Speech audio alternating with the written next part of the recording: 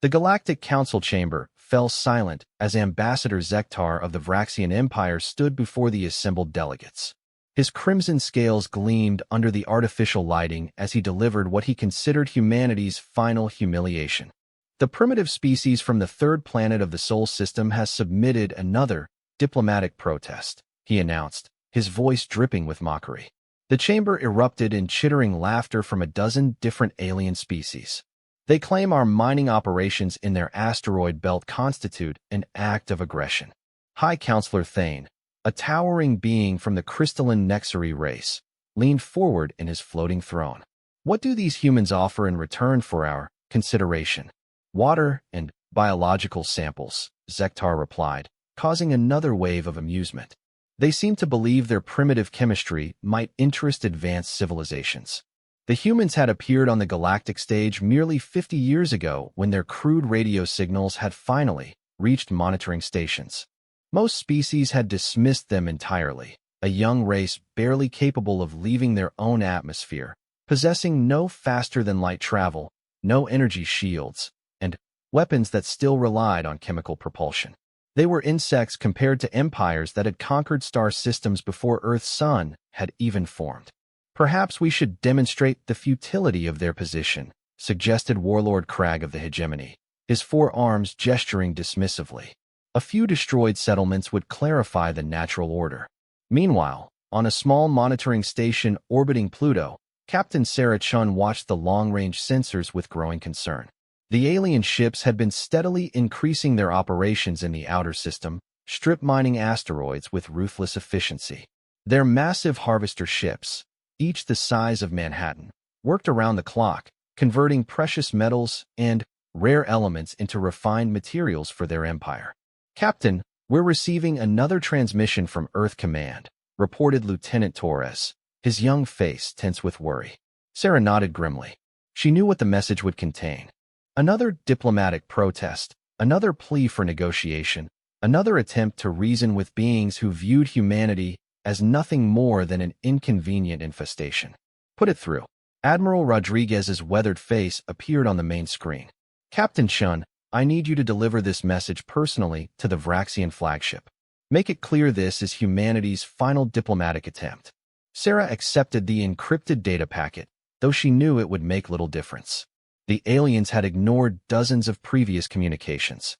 They saw humans as primitives playing at galactic politics, amusing pets at best, pests at worst.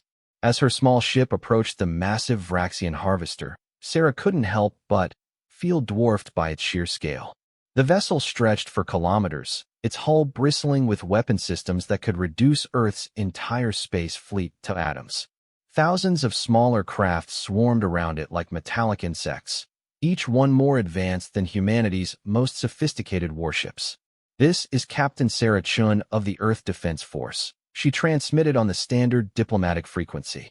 I carry a message from the United Earth government regarding your operations in our solar system.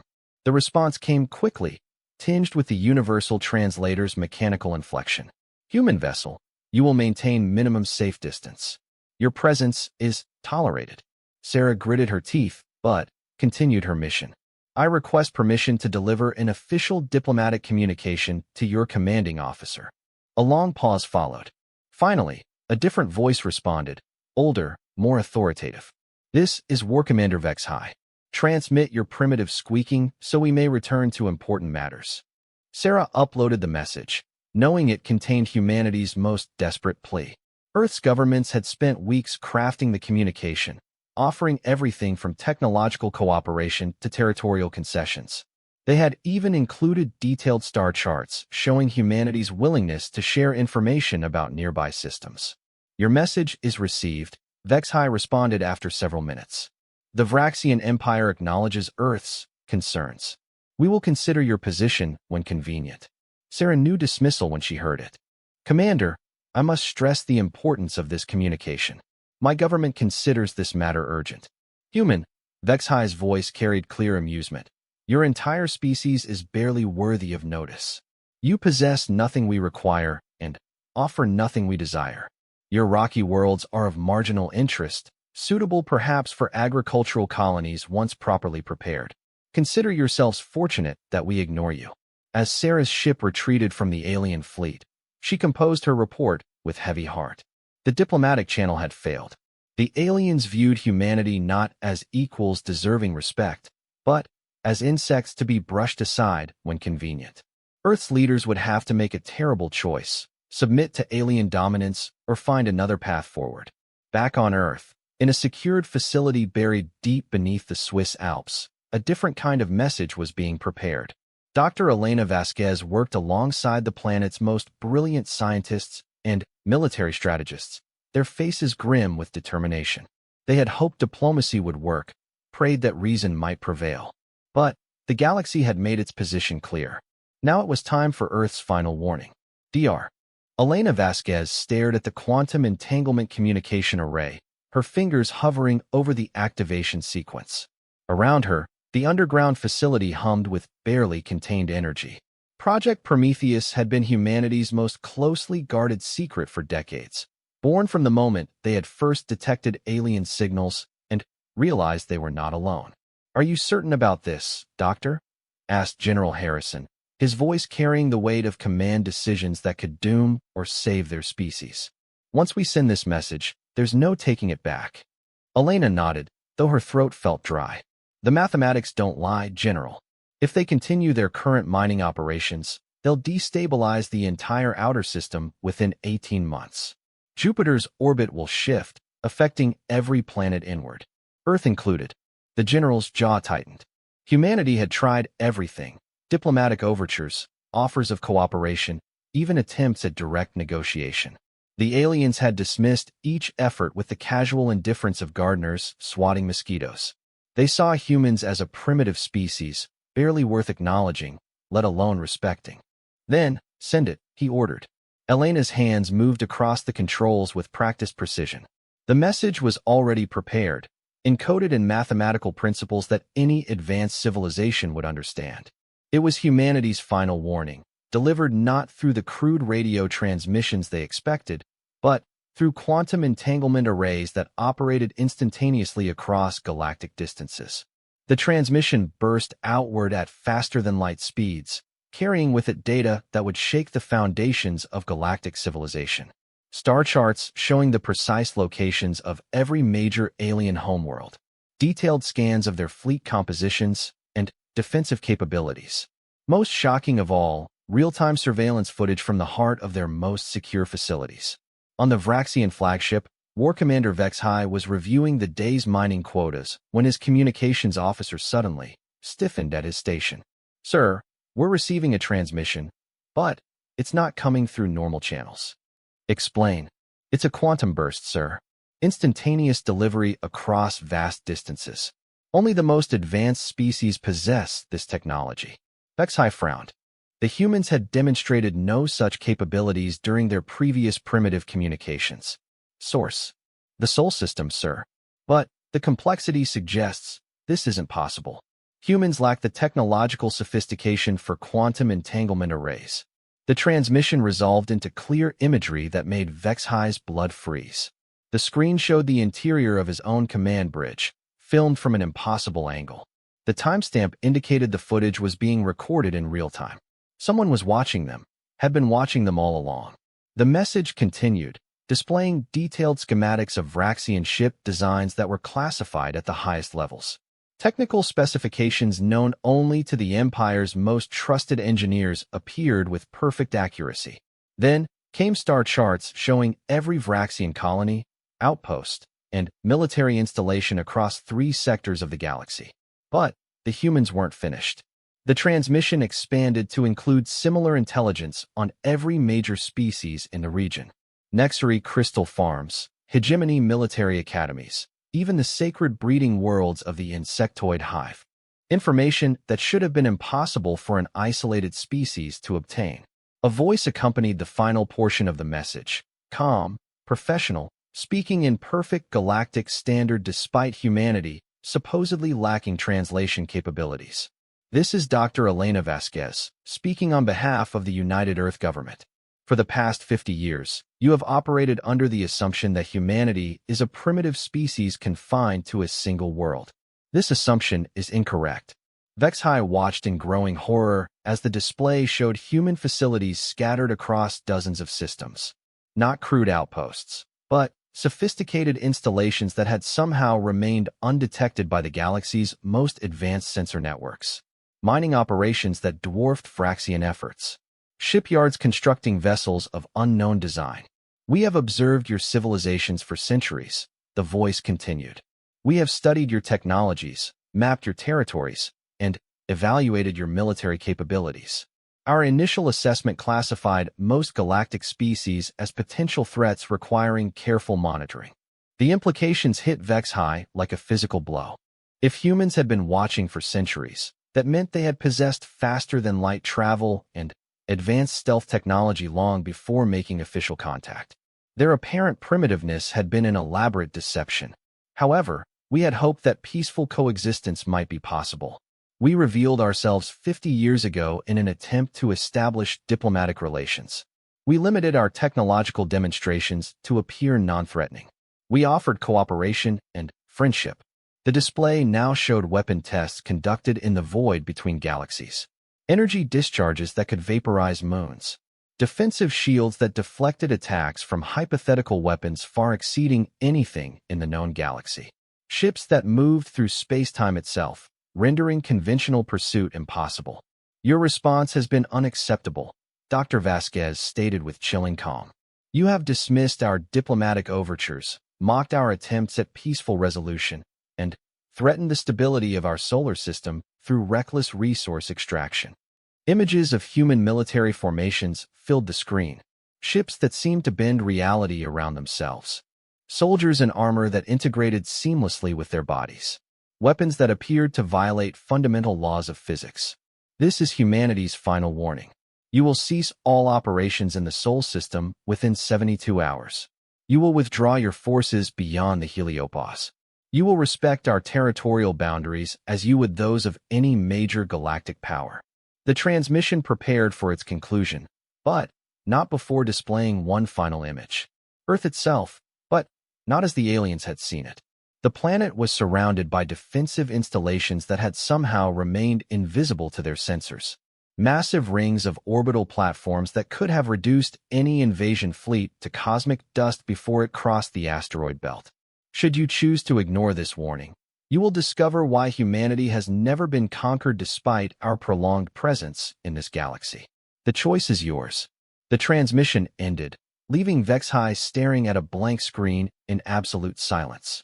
Around him, his bridge crew sat frozen in shock. Everything they thought they knew about the galaxy had just been turned upside down. His communications officer's voice cracked as he spoke. "Sir, I'm detecting massive power signatures throughout the Sol system. Structures aren't appearing. It's like they've dropped some kind of cloaking technology." Vexhai closed his eyes. The Empire had just received an ultimatum from a species they had dismissed as primitives. A species that apparently commanded technology far beyond their understanding. A species that had been watching them for centuries. 72 hours to make a decision that could reshape the balance of galactic power. The emergency session of the Galactic Council convened within hours of humanity's transmission. Representatives from 17 major species gathered in the Great Chamber, their usual posturing replaced by barely concealed panic. The humans had shattered their understanding of galactic politics with a single message. High Counselor Thane's crystalline form pulsed with agitated energy as he addressed the assembly. "We must assume this is some elaborate deception. The species we've observed for 50 years cannot possibly possess such capabilities. The evidence suggests otherwise," reported Chief Intelligence Analyst Mordun of the Scanning Corps. His insectoid features twitched nervously as he presented his findings. "Our deepest penetration scans of the Sol system have revealed nothing unusual until now. Yet within moments of their transmission, massive structures appeared throughout their space. Either they possess stealth technology beyond our comprehension, or they've been playing an impossibly deep game," finished Admiral Kresh of the Warfleet. "The intelligence they displayed encompasses classified information from every major species. Material that should have been impossible to obtain without agents embedded at the highest levels." Ambassador Zektar struggled to maintain his composure. The Vraxian Empire had built its reputation on military supremacy, and technological advancement. To discover that a species they had dismissed as primitives might surpass them in both areas was a blow to everything they believed about galactic hierarchy. There must be an explanation that doesn't require us to accept human superiority, he insisted.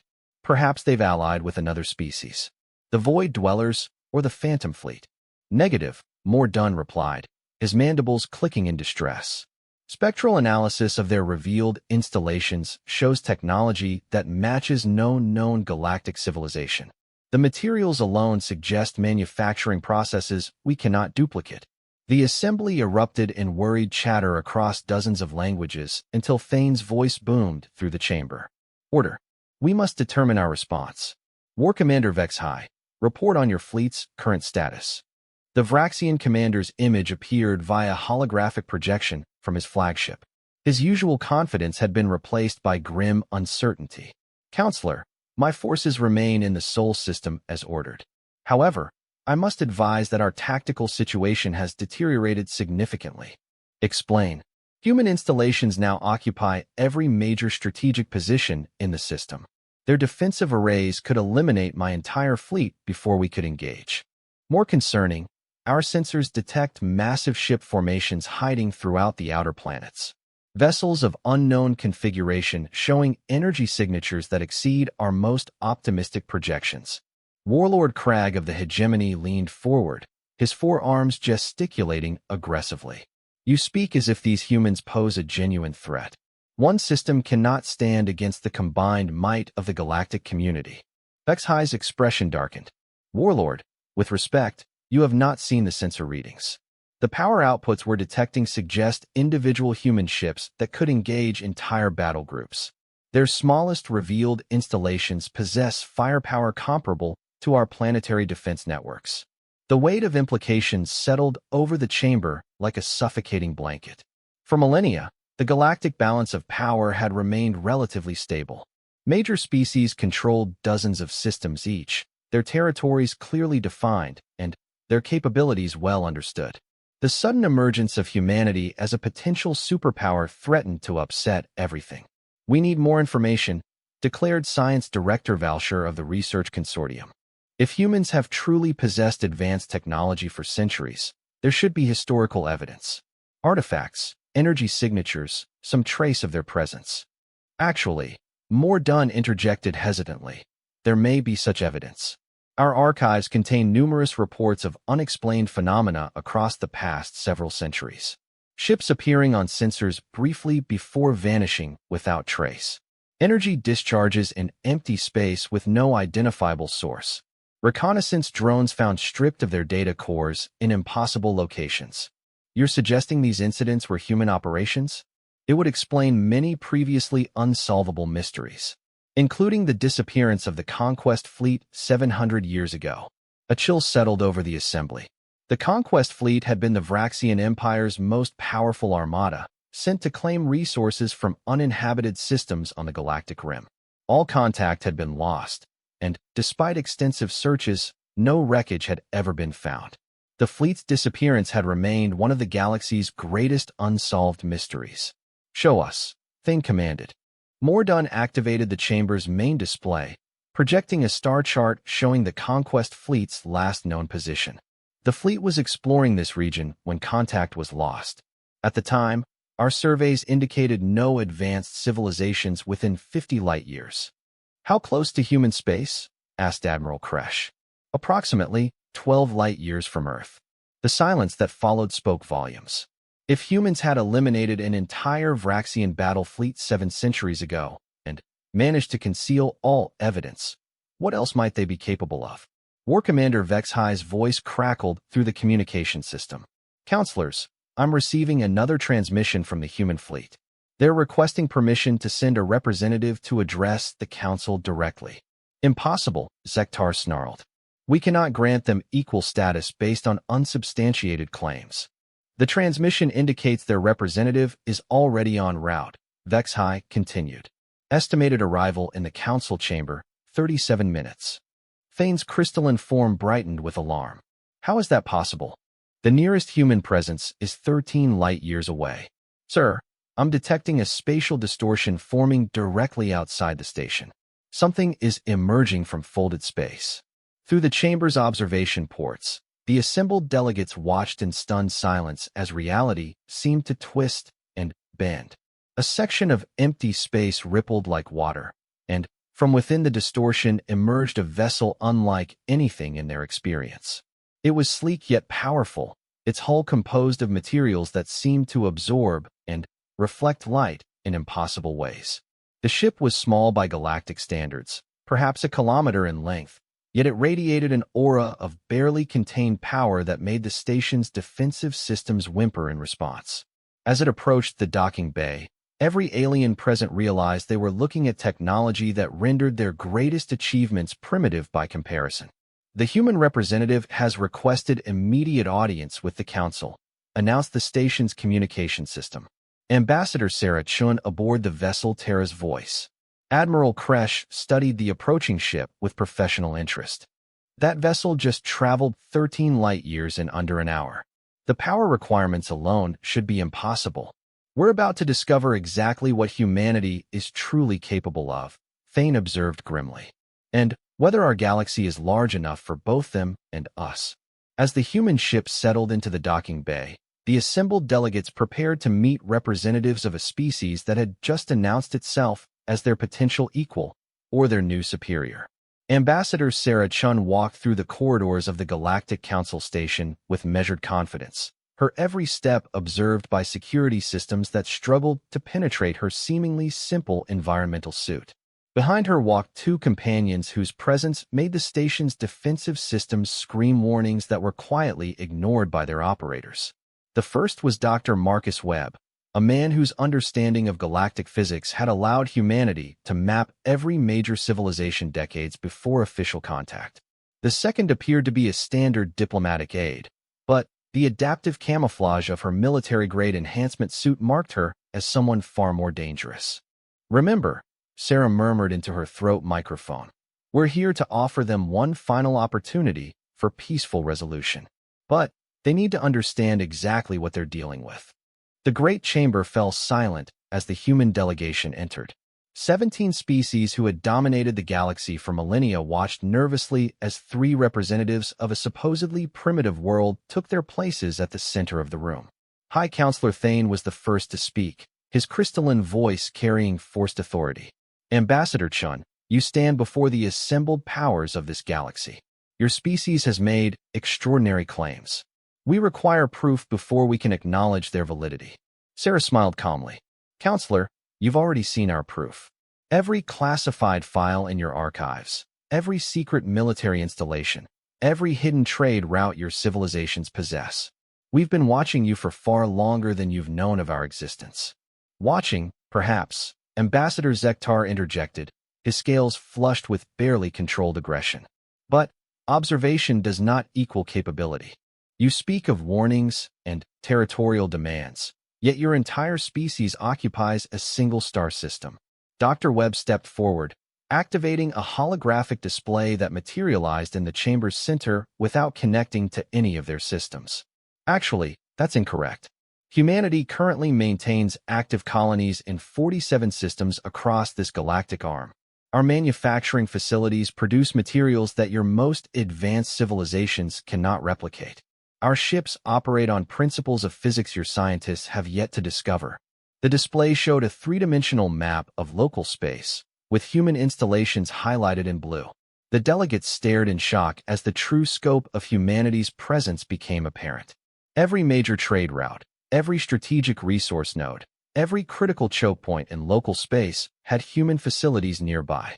"This is impossible," Warlord Crag declared, his 4 arms gesticulating wildly. "Our surveys would have detected such extensive development." "Your surveys detected exactly what we wanted them to detect," Sarah replied. "For 3 centuries, we've maintained a careful balance. Observing your civilizations, studying your capabilities, preparing for the day when direct contact became necessary." Chief Intelligence Analyst Mordun's mandibles clicked nervously. "Why reveal yourselves now? Why abandon a position of such strategic advantage?" Sarah's expression grew serious. Because your current mining operations in our home system threaten the orbital stability of every planet from Jupiter inward. We tried diplomacy. We offered cooperation. You dismissed our efforts as the pleadings of primitives. That leaves us with two choices: allow you to destroy our solar system through ignorance, or demonstrate why that would be inadvisable. The chamber erupted in indignant protests from multiple species until Admiral Kresh's voice cut through the chaos. You speak of demonstration. What exactly are you proposing? Dr. Webb manipulated his holographic display, showing the current position of the Vraxian mining fleet in the Sol system.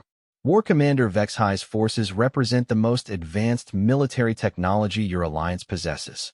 47 capital ships, 300 support vessels, and enough firepower to reduce a planet to molten slag. The display zoomed in on the flagship, showing detailed schematics that should have been impossible to obtain. Your vessels are impressive by galactic standards. Quantum shielding, antimatter torpedoes, gravitic beam weapons. Any species in this chamber would consider them formidable opponents. Yet you claim superiority. Vexhi's voice crackled through the communication system from his distant command bridge. Prove it.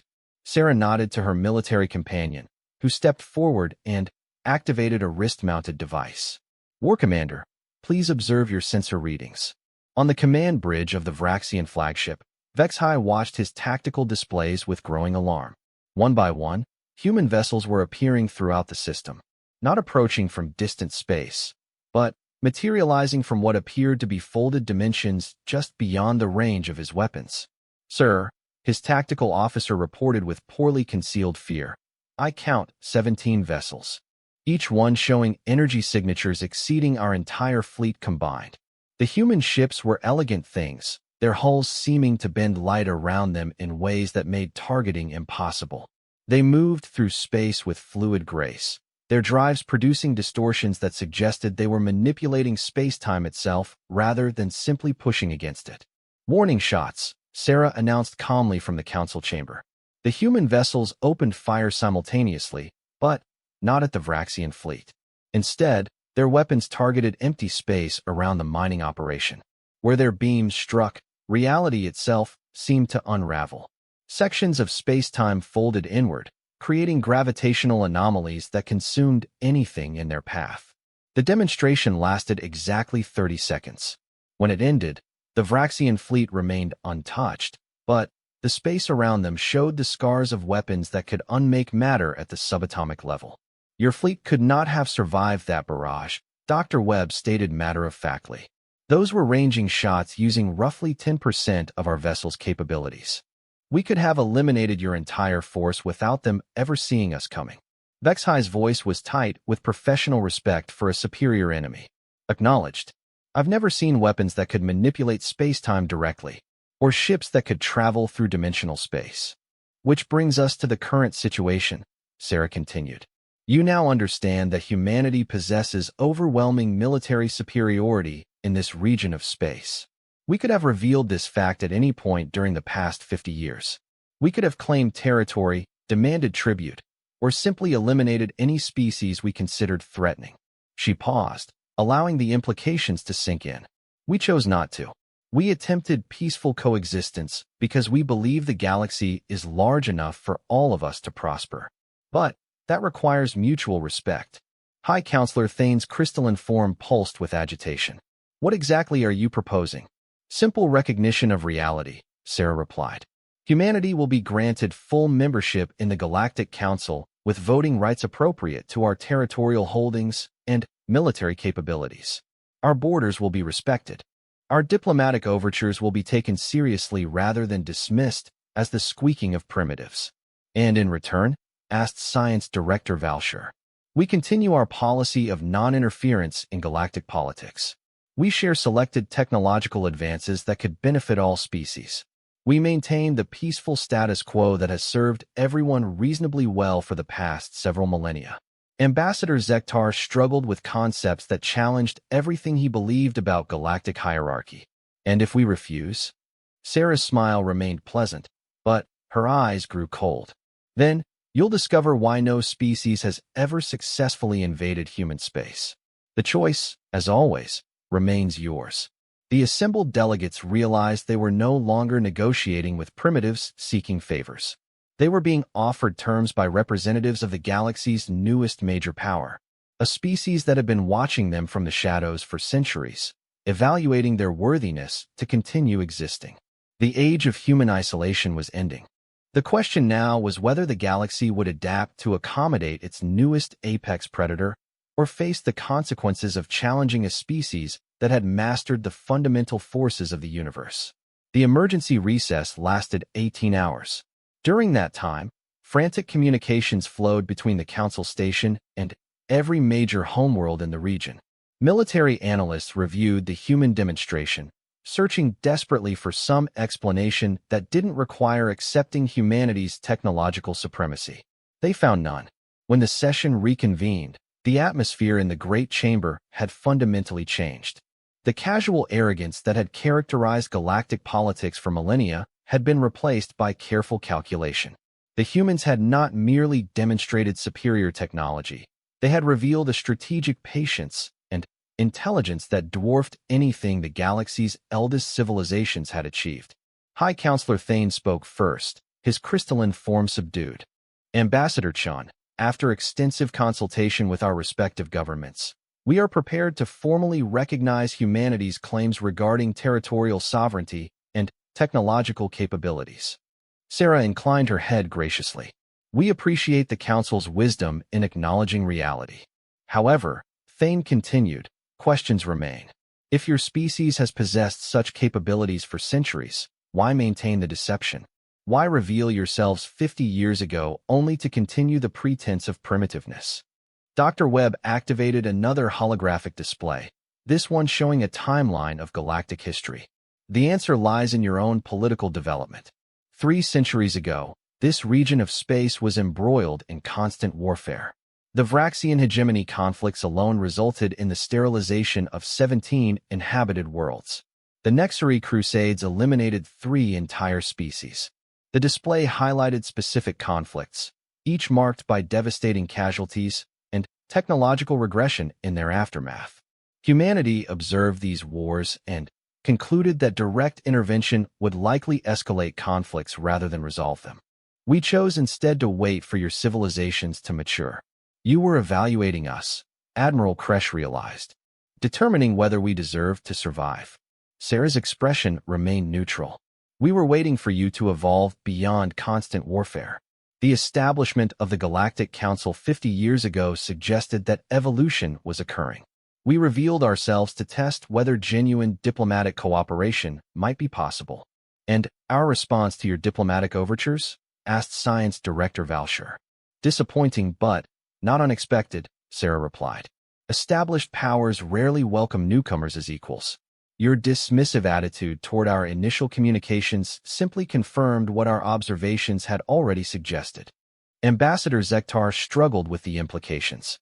You're saying humanity has been shepherding galactic civilization? Protecting us from ourselves? Dr. Webb's smile was enigmatic. Let's just say that several potential conflicts over the past few decades were resolved through the timely discovery of alternative resources or unexpected mechanical failures in key weapons systems. The assembled delegates absorbed this revelation in stunned silence. How many wars had been prevented by human interference? How many technological disasters had been averted through subtle manipulation? The humans had not merely been watching. They had been actively guiding galactic development while remaining invisible. Warlord Kragg's voice carried new respect. The hegemony's failed invasion of the Centauri Collective 12 years ago. Our primary fleet suffered simultaneous engine failures just before crossing their border. The Collective's defensive capabilities were sufficient to repel your invasion, Dr. Webb replied diplomatically. We simply ensured the conflict would not escalate to planet-killing weapons. Chief Intelligence Analyst Mordunn's mandibles clicked rapidly as he processed the implications.